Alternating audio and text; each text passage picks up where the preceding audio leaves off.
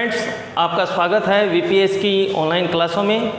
हमने अपने जो पिछले वीडियो थे उनमें कार्बोनिल कंपाउंड के बारे में पढ़ा, कार्बोनिल समूह के बारे में पढ़ा और कार्बोनिल कंपाउंड किस विधियों द्वारा बनाए जाते हैं। यानी हमने ऐसी विधियां पढ़ी थी जिनसे हम एल्डिहाइड और कीटोन दोनों को बना सकें।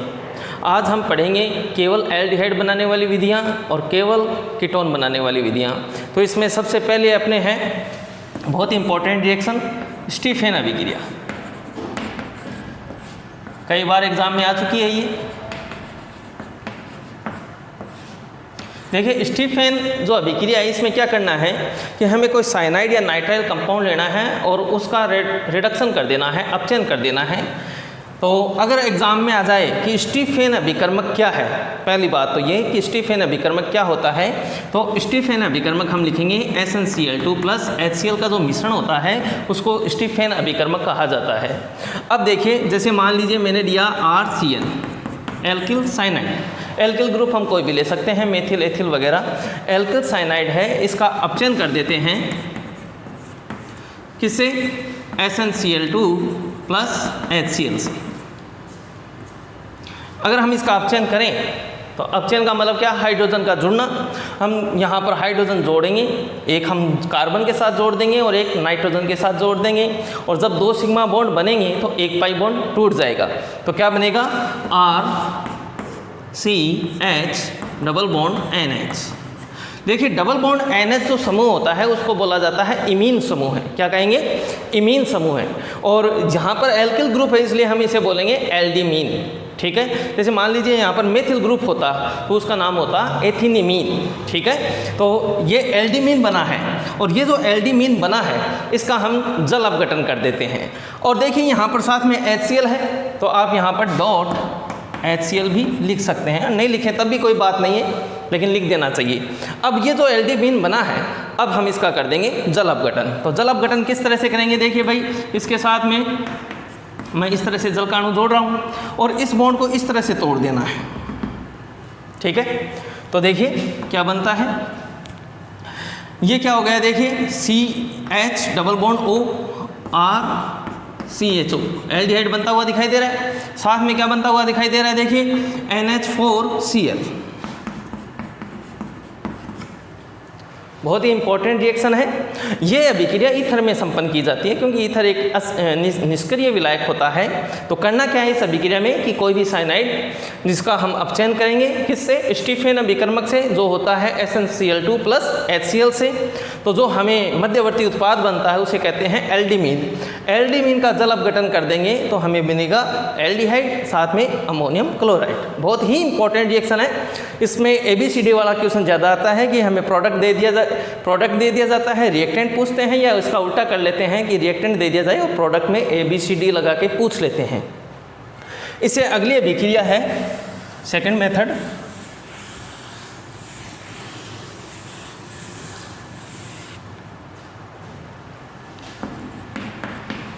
रोजेन-मूंड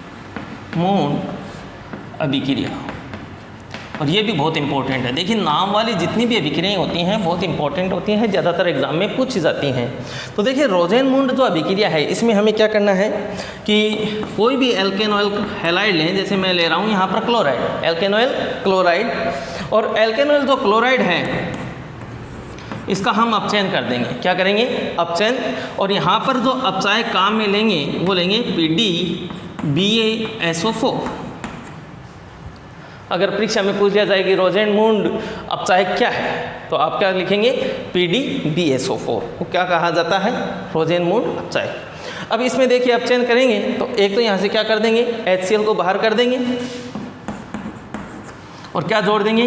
RC डबल बॉन्ड O। अपने पास में कितने हाइड्रोजन बच गए हैं? एक, वो इसके साथ जोड़ दें तो ये बन गया है एल्डिहाइड। इस अभिक्रिया में देखिए जो पैलेडियम है वो अपचायक का कार्य कर रहा है, और अगर लगातार पैलेडियम अभिक्रिया करता रहा, अपचयन करता रहा यहाँ पर, तो ये बना हुआ जो एल्डिहाइड है वो अल्कोहल में अपचयित हो जाता है।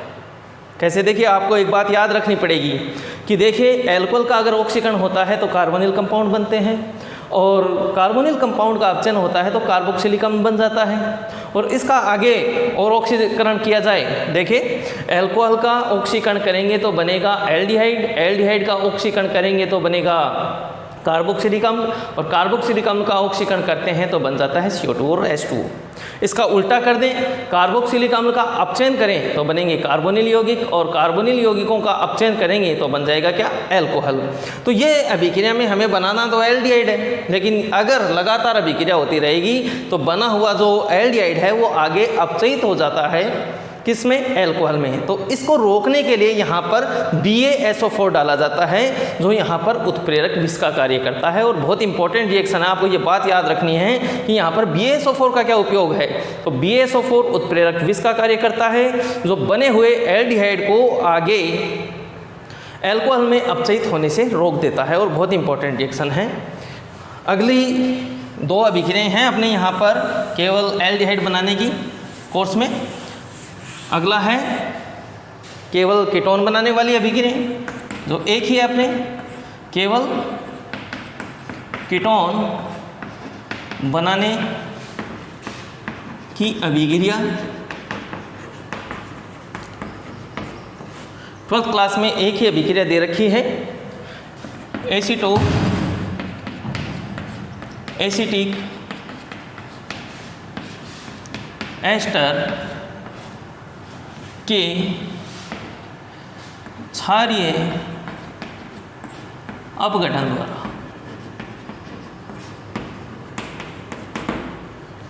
या तो हम एसीटो एसिटिक एस्टर लें या इसका कोई एल्किल व्युत्पन्न ले लें और उसका क्षारीय अपघटन कर दें, जलीय क्षार जैसे KOH वगैरह से अपघटन कर देते हैं तो कीटोन बनता है। देखिए कैसे,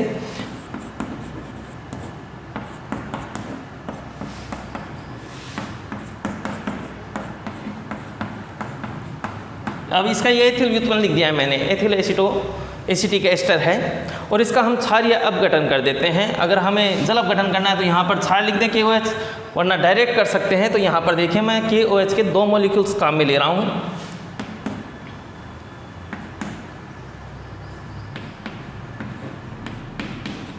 इस तरह से लिख सकते हैं, और यहाँ पर भी वही, और इस बॉन्ड को इस तरह से तोड़ दें।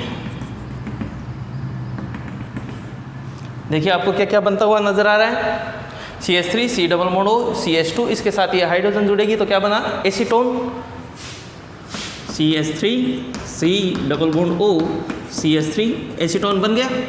अब यहाँ पर देखिए C2H5OH क्या बन रहा है, एथिल अल्कोहल, C2H5OH।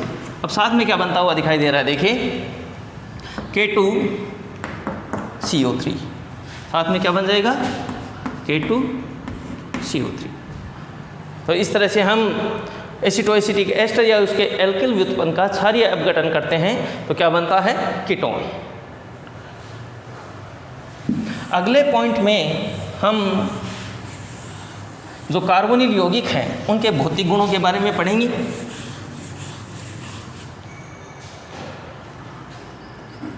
कार्बोनिल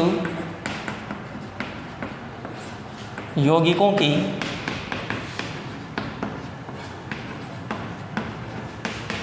भौतिक गुण,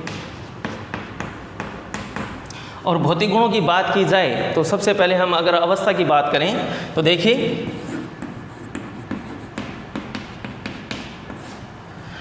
जो एल्डिहाइड होते हैं इसमें सबसे पहला सदस्य जैसे जो फॉर्मेल्डिहाइड है HCHO जो होता है सामान्य रूप से गैसीय है। अब जैसे जैसे कार्बन बढ़ेंगे, जैसे मान लीजिए कार्बन बढ़ा देते हैं अपन, ये 6, 7 लगभग ऐसा मान लीजिए आप 9 तक मान लेते हैं, ठीक है। तो ये होते हैं रंगहीन द्रव। कैसे होते हैं, रंगहीन द्रव। और जैसे जैसे कार्बन की श्रृंखला बढ़ती जाती है तो यहाँ पर ये हो जाते हैं रंगहीन ठोस, ठीक है। ये अपन बात करें एल्डिहाइड की। और इनमें जो प्रारंभिक सदस्य हैं एल्डिहाइड के, इनमें अरुचिकर गंध होती है, और जैसे जैसे ऊपर चले जाएंगे, जैसे कार्बन श्रृंखला बढ़ती जाती है तो इनमें फलों जैसी गंध आती है। ऐसे ही जो कीटोन होते हैं, जैसे इसका प्रारंभिक सदस्य एसीटोन है, तो ये जो प्रारंभिक सदस्य हैं वो तो द्रव अवस्था में होते हैं, और जैसे जैसे कार्बन श्रृंखला बढ़ती जाती है तो रंगहीन ठोस प्राप्त हो जाते हैं। कीटोन जो होते हैं उनमें रुचिकर गंध होती है। हम जितने भी जो डिओड्रेंट वगैरह काम में लेते हैं, जो बॉडी लोशन आते हैं या बॉडी डिओड्रेंट आते हैं, उनमें एसीटोन कीटोन वगैरह डाले हुए आते हैं। ये वही रुचिकर गंध वाले होते हैं। जैसे आपने सुना होगा कस्तूरी मृग होता है, तो उसके प्रजनन काल में उसके कस्तूरी की मृग जो है, उसके कस्तूरी की जो खुशबू है वो पूरे जंगल में फैल जाती है, तो कस्तूरी एक कीटोन होता है। अब बात करें, अगला पॉइंट अपना दूसरा है क्वथनांक की। देखिए क्वथनांक कौन सा ताप होता है? वह ताप जिस पर कोई द्रव उबल जाए, या फिर वह ताप जिस पर किसी द्रव का वाष्प दाब वायुमंडलीय दाब के बराबर हो जाता है, वह तापमान क्या कहलाता है? क्वथनांक कहलाता है। और इसे समझने के लिए हमें एक कॉन्सेप्ट याद रखना है कि जो क्वथनांक होता है वो यौगिक के अणुभार के मोलिकुलर जो वेट है अणुभार के समानुपाती होता है, और ये समानुपाती होता है यौगिक के पृष्ठीय क्षेत्रफल के।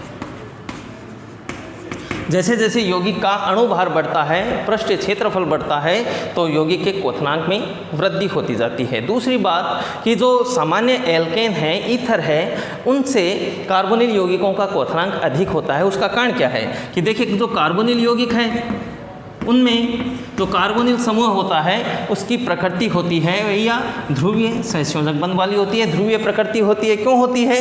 क्योंकि ऑक्सीजन की इलेक्ट्रोनेगेटिविटी ज़्यादा होने के कारण ऑक्सीजन पर आंशिक ऋण आवेश आ जाता है और कार्बन पर धन आवेश आ जाता है। ये पॉजिटिव नेगेटिव कंडीशन रहती है। और देखिए दो ध्रुवों के बीच में जो आकर्षण बल लगता है उसको कहा जाता है द्विध्रुव आकर्षण बल। तो यहाँ पर इन दोनों के बीच में इन जो कार्बोनिल यौगिक हैं उनके मध्य जो आकर्षण बल होता है वो होता है प्रबल द्विध्रुव आकर्षण बल, जिसके कारण इनके क्वथनांक सामान्य रूप से एल्केन और ईथर से अधिक होते हैं। दूसरी बात, केवल अपन एल्डिहाइड की बात करें तो जैसे मैं एग्जांपल ले रहा हूँ, मैंने लिखा HCHO formaldehyde, CH3 CHO acetaldehyde, CH3 CH2 CHO प्रोपियोनेल्डिहाइड। इसी प्रकार अगला आ जाएगा ब्यूटारेल्डिहाइड। तो यहाँ पर देखिए कि जब हम लेफ्ट टू राइट चलते हैं तो देखिए कार्बन परमाणुओं की संख्या बढ़ने के कारण यौगिक का अणुभार बढ़ रहा है, और साथ ही देखिए कि क्षेत्रफल भी बढ़ता है, पृष्ठीय क्षेत्रफल बढ़ जाता है यौगिक का, उसका घेराव क्षेत्र बढ़ जाता है। इसका मतलब क्या है? देखिए क्वथनांक है वो अणुभार के समानुपाती है और पृष्ठीय क्षेत्रफल के भी समानुपाती है। तो लगातार अणुभार बढ़ने से यहाँ पर क्वथनांक में क्या होगी? बढ़ोतरी होती है। तो क्वथनांक का क्रम क्या हो जाएगा? ये बढ़ता हुआ क्रम है, ठीक है। और अगर मान लीजिए कि समान अणुभार वाले यौगिक हों, जो समावयी हों, समान अणुभार वाले यौगिक जो होता है उसमें अगर शाखाओं की संख्या बढ़ती है तो क्वथनांक घटता है। कैसे? देखिए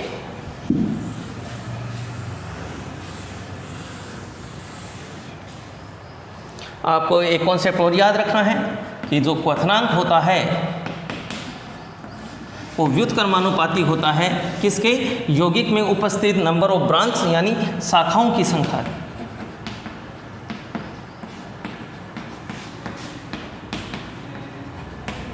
यौगिक में शाखाओं की संख्या बढ़ती है तो क्वथनांक क्या होगा भैया? घटेगा, ठीक है।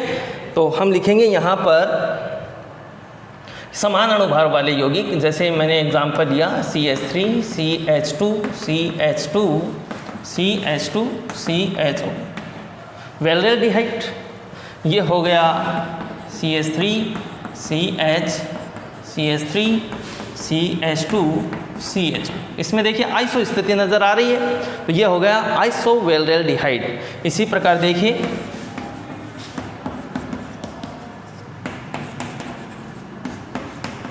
इसमें नियो स्थिति नज़र आ रही है, ये हो गया नियो वेल्डेल्डिहाइड। अब यहाँ पर देखिए कि इनके अणुसूत्र समान है, संरचना सूत्र भिन्न भिन्न है, यानी ये एक दूसरे के कौन से समावयी हैं भैया?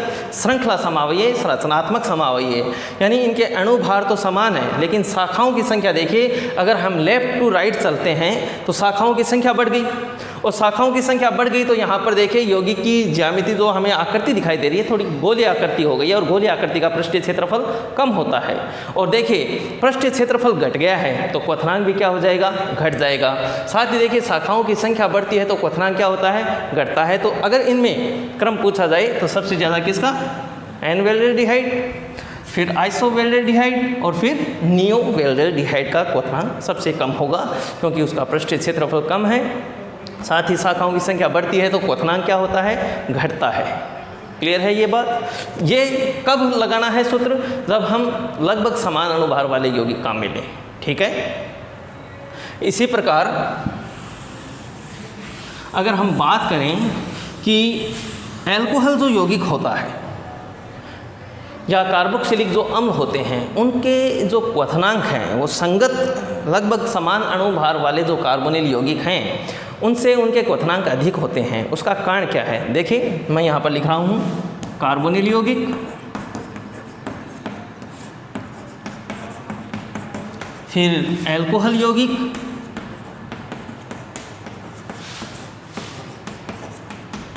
और फिर लिख रहे हैं कार्बोक्सिलिक यौगिक।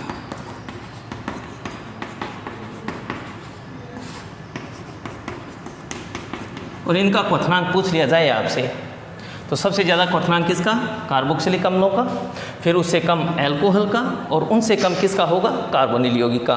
उसका कारण क्या है, कारण ये है कि देखिए कार्बोनिल जो यौगिक है इनके जो अणु होते हैं उनके मध्य जो आकर्षण बल होता है वो मैंने अभी अभी आपको बताया द्विध्रुव आकर्षण बल होता है। आप इसे प्रबल कह सकते हैं। ठीक है।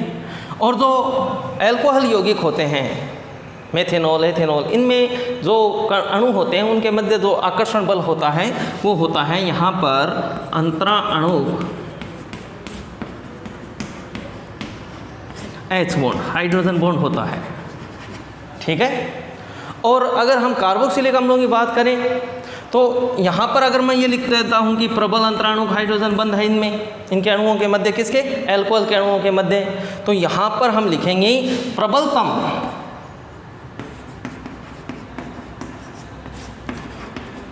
अंतराणुक H बॉन्ड। तो सबसे प्रबलतम अंतराणुक H बॉन्ड होता है कार्बोक्सिलिक अणुओं के मध्य, इसलिए इनका क्वथनांक संगत एल्कोहल से अधिक होता है। और एल्कोहल में होता है प्रबल अंतराणुक हाइड्रोजन बॉन्ड तो इनका क्वथनांक अधिक होता है किससे, कार्बोनिल यौगिकों से। और कार्बोनिल यौगिक अगर हम और बात करें तो इसे कम होगा ईथर, इनसे कम हम लिख सकते हैं एल्केन।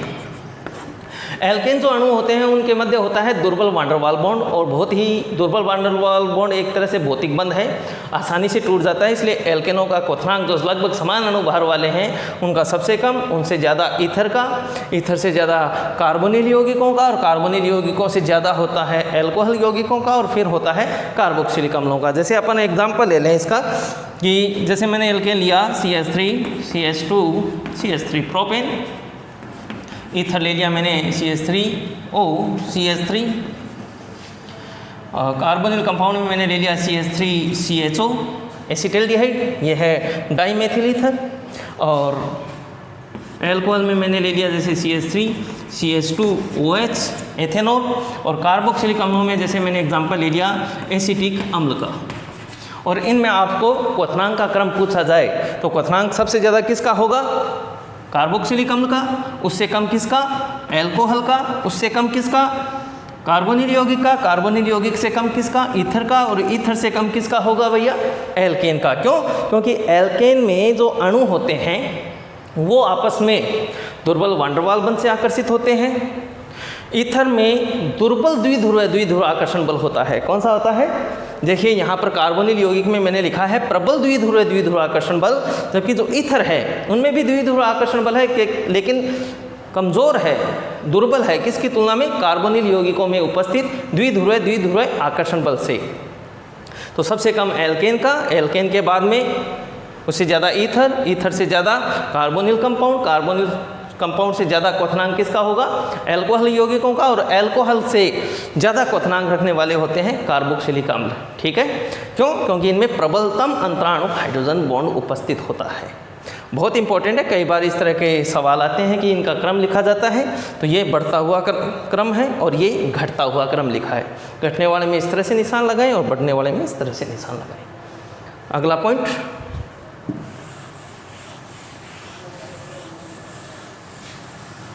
अगर आपसे क्वेश्चन पूछ लिया जाए कि एल्डिहाइड और कीटोन इन दोनों में किसका क्वथनांक ज़्यादा होगा, तो आपको याद रखना है कि जो कीटोनिक यौगिक होते हैं उनका क्वथनांक ज़्यादा होता है किससे? एल्डिहाइड यौगिकों से।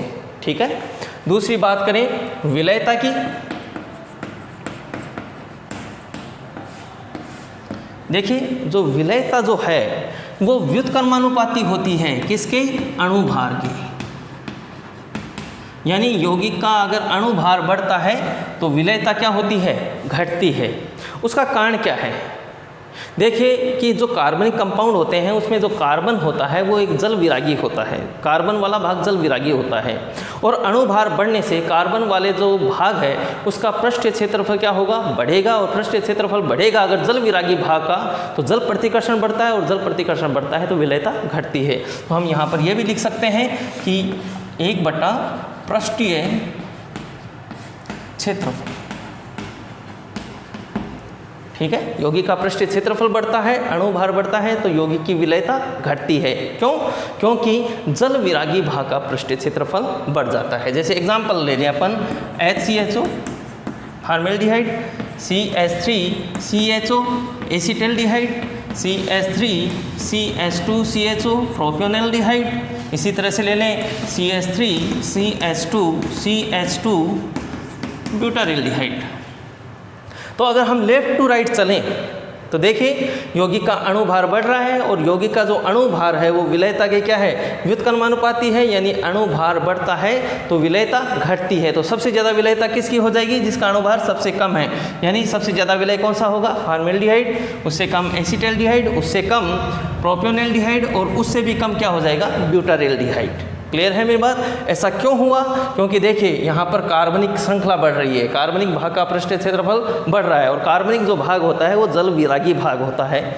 अगर बात करें हम लगभग समान अणुभार वाले यौगिकों की, कि अगर समान अणुभार वाले यौगिकों में शाखाओं की संख्या बढ़ जाए तो क्या फर्क पड़ता है? देखिए कि जो विलयता जो है वो समानुपाती होती है। किसके? किसके बनेगी भैया? शाखाओं की संख्या के।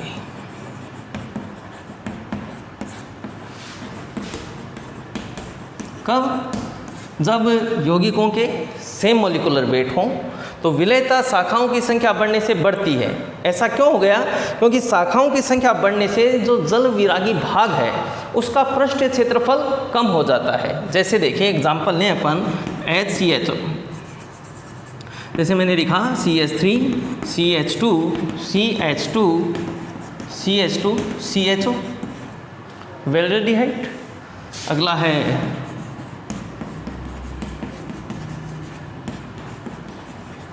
आइसोवेल्डेल्डिहाइड और इसे अगला है नियोवेल्डेल्डिहाइड। ठीक है, देखिए लेफ्ट टू राइट चलें अपन, तो देखिए लेफ्ट टू राइट चलने से शाखाओं की संख्या बढ़ रही है और शाखाओं की संख्या बढ़ रही है तो आप देख सकते हैं कि इनके अणुभार लगभग समान है और समान अणुभार वाले यौगिकों में शाखाओं की संख्या बढ़ने पर देखिए शाखाओं की संख्या बढ़ेगी तो विलयता बढ़ेगी। क्यों बढ़ेगी? क्योंकि शाखाओं की संख्या बढ़ने से यौगिक का पृष्ठीय क्षेत्रफल कम हो जाता है। और पृष्ठीय क्षेत्रफल किसका कम हो रहा है? देखिए कार्बनिक श्रृंखला का हो रहा है और कार्बनिक श्रृंखला का पृष्ठीय क्षेत्रफल कम होने के कारण यहाँ पर विलयता बढ़ती है। तो विलयता का बढ़ता हुआ क्रम क्या होगा? सबसे ज़्यादा विलयता किसकी? नियोवेल्डेल्डिहाइड की और फिर आइसोवेल्डेल्डिहाइड की और फिर एनवेल्डेल्डिहाइड की विलयता। शाखाओं की संख्या बढ़ेगी तो विलयता यहाँ पर क्या होगी? बढ़ेगी। तो ये कौन सा क्रम हो गया? बढ़ता हुआ क्रम हो गया। और भाई कार्बोनिल यौगिक जल में विलय होते क्यों हैं? क्योंकि कार्बोनिल यौगिक क्या करते हैं? जल के साथ हाइड्रोजन बॉन्ड बना लेते हैं। तो देखिए यहाँ पर इस तरह से हाइड्रोजन बॉन्ड बनता है। देखिए जल में वही विलय होता है जो जल के साथ में कौन सा बॉन्ड बनाए, हाइड्रोजन बॉन्ड बनाए। तो कार्बोनिल यौगिक जल में विलय है क्योंकि ये जल के साथ में क्या करते हैं, हाइड्रोजन बंध का निर्माण कर लेते हैं। इसे कई बार क्वेश्चन आता है कि क्वथनांक का बढ़ता क्रम लिखिए, घटता क्रम लिखिए, या फिर विलयता का बढ़ता क्रम लिखिए या घटता क्रम लिखिए। तो सारी डिस्कस हो गई है, बहुत इंपॉर्टेंट पॉइंट है, अच्छे से याद रखिए। अगला पॉइंट है अपना, जो कार्बोनिल यौगिक हैं उनके रासायनिक गुण।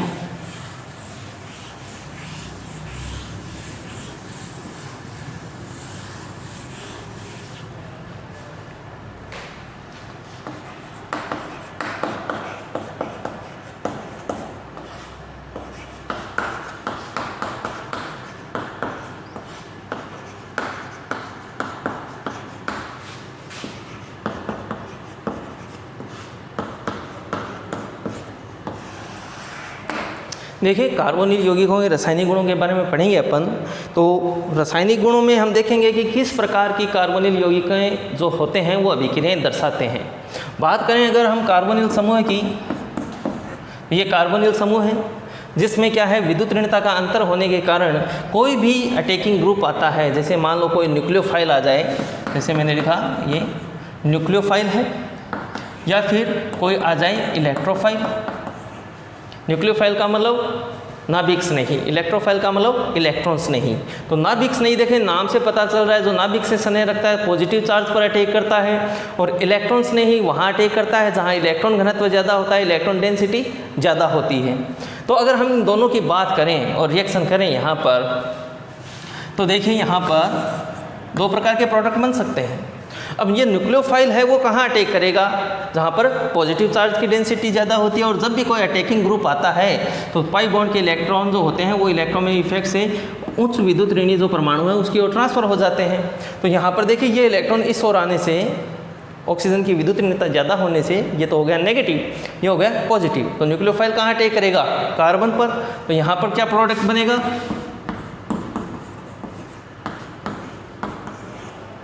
और अगर हम इलेक्ट्रोफाइल का अटैक कराएं तो क्या बनना है, देखिए ये किससे जुड़ जाएगा, ऑक्सीजन से। अब दोनों ही प्रोडक्ट की बात करें तो यहाँ पर देखिए जो कार्बन है उसका हाइब्रिडाइजेशन होता है sp2, और यहाँ पर अगर बात करें तो देखिए ये सिग्मा, ये सिग्मा, ये सिग्मा, और ये नया बॉन्ड बन गया सिग्मा। तो यहाँ पर हाइब्रिडाइजेशन क्या हो गया है, sp3। और अगर इसकी बात करें तो यहाँ पर भी देखिए जो हाइब्रिडाइजेशन है वो कौन सा है, sp2 है। तो हमें एक बात याद रखनी पड़ती है क्या, कि जैसे जैसे p गुण बढ़ता है स्थायित्व बढ़ता है। p गुण का मतलब यहाँ पर sp2 है और वहाँ पर sp3 है, तो p जो प्रॉपर्टी है उसमें बढ़ोतरी हुई है। साथ ही देखिए कि यहाँ पर जो कार्बन है बॉन्ड बनने के बाद में उसका ऑक्टेट पूरा हो गया है। तो ऑक्टेट पूरा होता है तो स्थायित्व भी बढ़ता है। साथ में ही sp2 संकरण से कार्बन का संकरण क्या हो गया है, sp3 हो गया है। लेकिन इलेक्ट्रोफाइल के अटैक करने के कारण यहाँ पर देखिए कार्बन का ऑक्टेट पूरा नहीं हो रहा है, 2 2 4 2 6 इलेक्ट्रॉन रह गए हैं, ऑक्टेट पूरा नहीं हो रहा है। साथ ही संकरण में भी बढ़ोतरी नहीं हुई है, यानी संकरण sp2 से sp3 नहीं हुआ है। इसका मतलब क्या है कि स्थायित्व घटा है। तो स्थायित्व कहाँ बढ़ता है, न्यूक्लियोफाइल के अटैक के कारण। इलेक्ट्रोफाइल अटैक के कारण स्थायित्व में बढ़ोतरी नहीं हुई है, न्यूक्लियोफाइल के अटैक के कारण स्थायित्व में बढ़ोतरी हुई है। तो ये कौन सी अभिक्रिया दर्शाएंगे, नाभिक स्नेही योगात्मक। ये कौन सा है, नाभिक स्नेही का योग होता है तो स्थायित्व बढ़ता है, इसलिए ये कौन सी अभिलाक्षणिक अभिक्रिया दर्शाते हैं, कार्बोनिल यौगिक नाभिक स्नेही योगात्मक अभिक्रिया। अब देखिए कार्बोनिल यौगिक हमने 2 प्रकार के पढ़े, एल्डिहाइड और कीटोन, और दोनों ही कौन सी अभिक्रिया दर्शाएंगे, नाभिक स्नेही योगात्मक अभिक्रिया। अगर इनकी तुलना की जाए कि कौन ज़्यादा अभिक्रिया दर्शाएगा, एल्डिहाइड ज़्यादा रिएक्टिव होंगे या कीटोन ज़्यादा रिएक्टिव होंगे, तो इसकी हम बात कर लेते हैं। इसका कई बार एग्जाम में क्वेश्चन भी आया है कि अगर मान लो क्वेश्चन आ जाए कि HCHO CH3 CHO और एसीटोन में से नाभिक स्नेही योगात्मक अभिक्रिया के लिए कौन ज़्यादा रिएक्टिव है, कौन नॉन रिएक्टिव है, तो इसकी बात करें तो हम इसको इस तरह से लिखेंगे। देखिए ये हो गया फॉर्मेल्डिहाइड, ये हो गया एसिटल्डिहाइड, और ये हो गया एसीटोन। सबसे पहली बात मैंने आपको कहा है कि न्यूक्लियोफाइल कहाँ अटैक करता है, जहाँ पर पॉजिटिव चार्ज ज़्यादा हो। तो यहाँ पर देखिए कि यहाँ पर कार्बोनिल समूह के कार्बन के साथ 2 मेथिल समूह जुड़े हुए हैं, यहाँ पर 1 मेथिल समूह जुड़ा हुआ है और यहाँ पर केवल हाइड्रोजन जुड़ी हुई है। मेथिल समूह के प्लस आई प्रभाव होता है। मेथिल समूह का कौन सा होता है? प्लस इंडक्टिव इफेक्ट होता है। और प्लस इंडक्टिव इफेक्ट वाले समूह कौन से होते हैं? जो अपने से इलेक्ट्रॉनों को दूर भेज देते हैं। क्या करते हैं? अपने से इलेक्ट्रॉनों को दूर भेजने वाले जो समूह होते हैं वो होते हैं प्लस आई प्रभाव वाले समूह हैं। तो यहाँ पर देखें कि इलेक्ट्रोनेगेटिविटी के अंतर के कारण ये माइनस है और ये प्लस है, और इसके प्लस आई प्रभाव के कारण ये इलेक्ट्रॉन इस ओर आएंगे और इस ओर आने पर यहाँ पर पॉजिटिव चार्ज में क्या जाएगी? कमी आ जाएगी। यहाँ भी मेथिल समूह के प्लस आई प्रभाव के कारण अगर इलेक्ट्रॉन यहाँ आते हैं तो यहाँ पर ही पॉजिटिव चार्ज में कमी आ जाती है। हाइड्रोजन का कोई प्लस आई प्रभाव नहीं होता, यानी इसका जो प्लस चार्ज है वो यथावत बना हुआ है।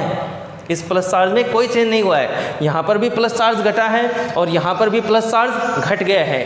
तो देखिए भाई, न्यूक्लियोफाइल कहाँ अटैक करता है? जहाँ पर प्लस चार्ज ज़्यादा हो, पॉजिटिव चार्ज की डेंसिटी ज़्यादा हो। तो सबसे ज़्यादा अगर इनकी तुलना की जाए तो पॉजिटिव चार्ज कहाँ पर है? फॉर्मेल्डिहाइड के कार्बन पर। उससे कम कहाँ है? एसीटल्डिहाइड के कार्बोनिल समूह के कार्बन पर। और सबसे कम किस में है? एसीटोन यौगिक में कार्बोनिल समूह के कार्बन पर। तो सबसे ज़्यादा अटैक किस पर होगा? जहाँ पर पॉजिटिव चार्ज ज़्यादा है। तो सबसे ज़्यादा रिएक्टिव कौन हो गया? फॉर्मेल्डिहाइड। उससे कम रिएक्टिव हो गया एसीटल्डिहाइड, और उससे भी कम रिएक्टिव हो गया क्या? Ketone, acetone. दूसरी बात, यहाँ पर पहली बात तो हो गई कि एल्किल समूह के प्लस आई प्रभाव के कारण जो कार्बन का धनावेश घट जाता है तो न्यूक्लियोफाइल का अटैक कम होता है। एक और बात होती है कि त्रिविम बाधा होती है, स्टेरिक एनहाइड्रेंस होता है। त्रिविम बाधा का मतलब क्या हो गया कि देखिए यहाँ पर अगर न्यूक्लियोफाइल अटैक करने के लिए आता है, कौन अटैक करने के लिए आता है? न्यूक्लियोफाइल अटैक करने के लिए आता है। तो यहाँ पर देखिए जो एल्किल ग्रुप हैं उनका बड़ा आकार होने के कारण ये नाभिक स्नेही इससे आसानी से अटैच नहीं हो पाता, क्योंकि ये इनके साथ में क्या महसूस करता है? प्रतिकर्षण महसूस करता है, जिसे हम यहाँ पर कहेंगे त्रिविम बाधा। ठीक है। तो यहाँ पर एल्किल समूह के बड़े परमाणु आकार होने के कारण, बड़ी साइज होने के कारण जो आने वाला नाभिक स्नेही है वो आसानी से कार्बन पर अटैक नहीं कर पाता है, और अटैक नहीं कर पाने से आसानी से नहीं जुड़ेगा तो प्रोडक्ट नहीं बनेगा। तो इस हिसाब से त्रिविम बाधा के कारण भी सबसे कम रिएक्टिव कौन सा हो गया है? कीटोन। उससे ज़्यादा रिएक्टिव यहाँ पर एक ही एल्किल समूह है, और हाइड्रोजन जो है ये नॉर्मल में है। तो यहाँ पर सबसे ज़्यादा अटैक किस पे होगा? फॉर्मेल्डिहाइड पर। उससे कम अटैक होगा एसीटल्डिहाइड पर, और सबसे कम अटैक होगा किस पर? एसीटोन समूह के कार्बोनिल समूह के कार्बन पर। क्यों? क्योंकि एक तो एल्किल समूह के कारण इसका प्लस चार्ज घट गया है, दूसरा एल्किल समूह के बड़े परमाणु आकार के कारण जो न्यूक्लियोफाइल आता है जुड़ने के लिए वो प्रतिकर्षण महसूस करता है, और प्रतिकर्षण महसूस करने के कारण आसानी से जुड़ नहीं पाता है। तो दो कारण हैं रिएक्टिविटी के, कि अगर क्वेश्चन आ जाए एग्जाम में कि फॉर्मेल्डिहाइड एसीटल्डिहाइड की तुलना में ज़्यादा रिएक्टिव है, किसके लिए? नाभिक स्नेही योगात्मक अभिक्रिया के कारण, तो उसमें आप दो कारण लिखेंगे। कौन कौन से? पहला, एल्किल समूह के प्लस आई प्रभाव के कारण कार्बन का पॉजिटिव चार्ज घट जाता है। दूसरा, एल्किल समूह के कारण, एल्किल समूह के बड़े परमाणु आकार के कारण यहाँ पर त्रिविम बाधा उत्पन्न होती है, जिससे नाभिक स्नेही का अटैक आसानी से नहीं होता। अगर मान लो ये क्वेश्चन इस तरह से पूछ लिया जाए कि एसीटल्डिहाइड है वो एसीटोन की तुलना में नाभिक स्नेही योगात्मक अभिक्रिया के लिए ज़्यादा क्रियाशील है, उसका कारण क्या है? कि यहाँ पर दो बड़े एल्किल ग्रुप होने के कारण कार्बन का पॉजिटिव चार्ज घटता है। दूसरा, एल्किल ग्रुप के कारण जो त्रिविम बाधा उत्पन्न होती है उसमें नाभिक स्नेही कार्बन पर आसानी से अटैक नहीं कर पाता है, जिससे घटाव होता है किसका? अटैक का। अगली बात करें अपन,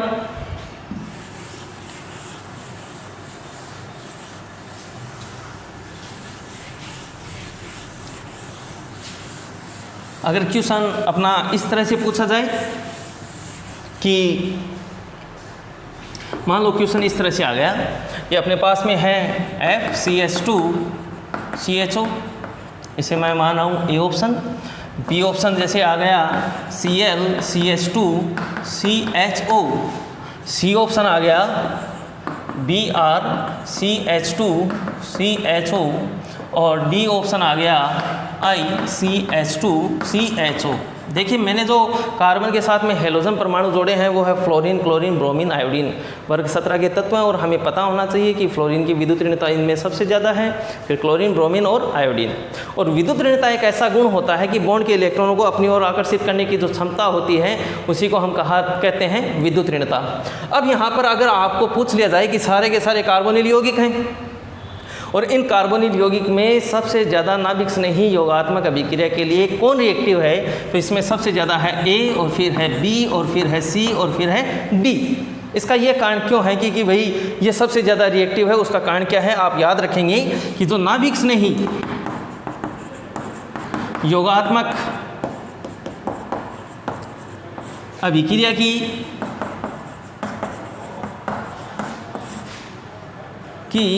क्रियाशीलता जो होती है, क्रियाशीलता जो होती है वो व्युत्क्रम समानुपाती होती है -I प्रभाव वाले समूह के। किसके समानुपाती है? -I प्रभाव वाले समूह के समानुपाती है। और आपको याद रखना है -I प्रभाव वाले समूह का क्रम, जैसे CF3 सबसे ज़्यादा, फिर NO2, ये 11वीं क्लास में आपने डिस्कस किया है आपसे, ये CF3, CN2, NO2, CN, फिर फ्लोराइड और फिर क्लोराइड और फिर C6, H6 वाला समूह या फेनिल ग्रुप बोल सकते हैं अपन, ठीक है। और फिर जैसे आ जाएगा अपना हाइड्रोजन वगैरह। तो यहाँ पर आप देखिए कि सबसे ज़्यादा -I इफेक्ट किसका होता है? CF3 का, फिर NO2 का, फिर साइनाइड का, फ्लोराइड, क्लोराइड, ब्रोमाइड, आयोडाइड। जितना ज़्यादा नेगेटिव चार्ज वाला समूह होता है वो कार्बन के, अब यहाँ पर देखिए जैसे क्वेश्चन की बात करें अपन कि ये इलेक्ट्रॉनों को अपनी ओर खींचेगा, तो इसको मैं इस तरह से लिख सकता हूँ। और अपना शर्त क्या है नाभिक स्नेही अटे का कि कार्बन पर कैसा चार्ज होना चाहिए? पॉजिटिव। ये पॉजिटिव है और ये नेगेटिव है। तो फ्लोरीन के -I प्रभाव के कारण, किसके कारण? फ्लोरीन के माइनस इंडक्टिव इफेक्ट के कारण ये जो बॉन्ड के इलेक्ट्रॉन थे तो इस तरफ जा रहे थे, यहाँ पर इलेक्ट्रॉन इस ओर आने के कारण यहाँ पर पॉजिटिव चार्ज में क्या होगी? बढ़ोतरी होगी। और अगर पॉजिटिव चार्ज बढ़ेगा तो नाभिक स्नेही का अटैक क्या होगा? ज़्यादा होगा। तो आपको एक बात याद रखनी है कि नाभिक स्नेही जो योगात्मक अभिक्रिया उसकी जो क्रियाशीलता है -I प्रभाव वाले समूह के समानुपाती होती है। और -I प्रभाव वाला समूह जब जुड़ता है तो नाभिक स्नेही योगात्मक अभिक्रिया की क्रियाशीलता बढ़ती है। तो इन क्रम में देखिए सबसे ज़्यादा कौन है प्रभावी? फ्लोरीन है, फिर क्लोरीन है, फिर ब्रोमीन है और फिर आयोडीन है। तो सबसे ज़्यादा रिएक्टिव भी कौन हो जाएगा? ए, फिर बी और फिर सी और फिर डी। अब इससे अगला जो पॉइंट है क्रियाशीलता का, +I प्रभाव का क्या प्रभाव पड़ता है कि जो +I प्रभाव वाले समूह जुड़ जाते हैं कार्बोनिल यौगिक में तो क्रियाशीलता पर क्या प्रभाव पड़ता है ये हम पढ़ेंगे अपनी अगले वीडियो में। धन्यवाद।